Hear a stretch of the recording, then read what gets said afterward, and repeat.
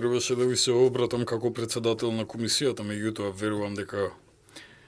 разбравте дека не ви се обратив на тој начин или пак со тој назив. Мојата процедурална забелешка се однесува на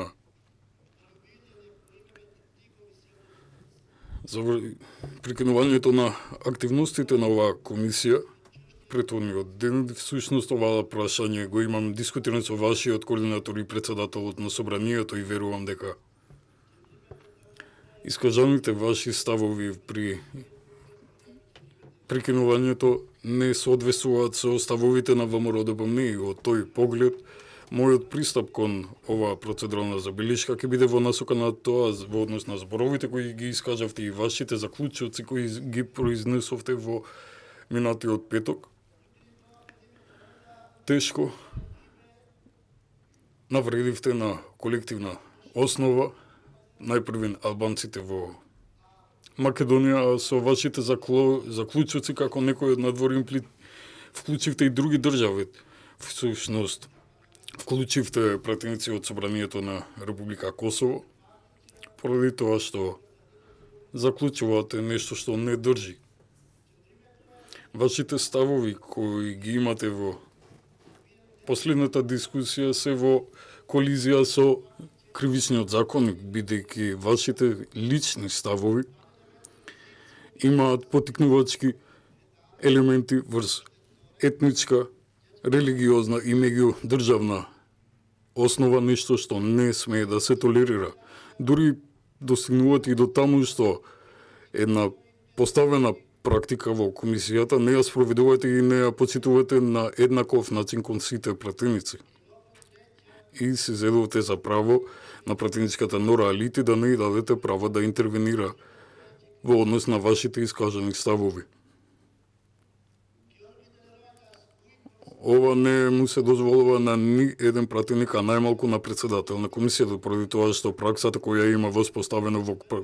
активностите на оваа комисија се соодветствува на тоа што го има барано пратеникот Нора Алити. Јасно ми е дека постапките, процедурите за работата на комисиите во собранието и пленумот во собранието ги пропишува уставот и деловникот на собранието, но кога еднаш ќе ги прекршите тие правила, тогаш не може да ги спроведувате само тогаш таму каде што вас ви каде ви се допаѓа вас. Доколку како председател и за таков доколку се сметате, верувам дека имавте време од петокот до денес да се преиспитате во однос на вашите ставови. Минимумот што треба да го направите е денес на присутните пратеници, јавноста и особено тие кои што ги спомнавте во вашата дискусија, да им се извините јавно. Заради фактот што и вие, како пратеник, ја имате слободата на движење и многу слободно може да се движите во сите држави од регионот, вклучувајќи меѓу другите држави Република Косово, иако можеби поради некои лични ставови вие сте многу по-строг, по-суров во споредба од некој можеби друг пратеник би имал некаква партиска програма или било каква програма, бидејќи тој пратеник кој што вие го спомнувате во вашата дискусија има слобода без разлика на политичките определби кои ги има избрано, доколку нема други пречки, слободно да се движи, да влезе и да излезе од Република Македонија или пак да патува било каде врз основа на законите кои што овозможуваат како представник на еден политички субјект во регионот и поради тоа вашите сугестии кои што ги искажувате не соодветствуваат со определбите на Република Македонија, особено не собранието на Република Македонија за соработката која ја имаме воспоставено, особено со собранието на Република Косово, поради фактот што Македонија е меѓу првите држави кои ја има признаено независноста на Република Косово и поради тоа на никому не му се дозволува врз основа на оваа пракса на собранието да прекршувате на начин како што вие делувате. Јас ги забележувам и вашите реакции во однос на мојата дискусија и во зборовите кои што ги искажувам, бидејќи вие некако иронизирате, но верувам дека е во ваш интерес ова да го разберете како подобрување на вашите ставови. Не преюдицирам и не претендирам лицето кој да бидам лицето кое што ќе интервенира во вашите лични мислења и ставови во однос на политичките погледи, општествените погледи и меѓународни. Меѓутоа, кога се работи за личен став наспроти колективната позиција на тие на кои им се обраќате, многу грешите, бидејќи за ова прашање, без разлика на имунитетот кој го имаме како пратеници, има елементи за кои и другите институции тука се присутни. А особено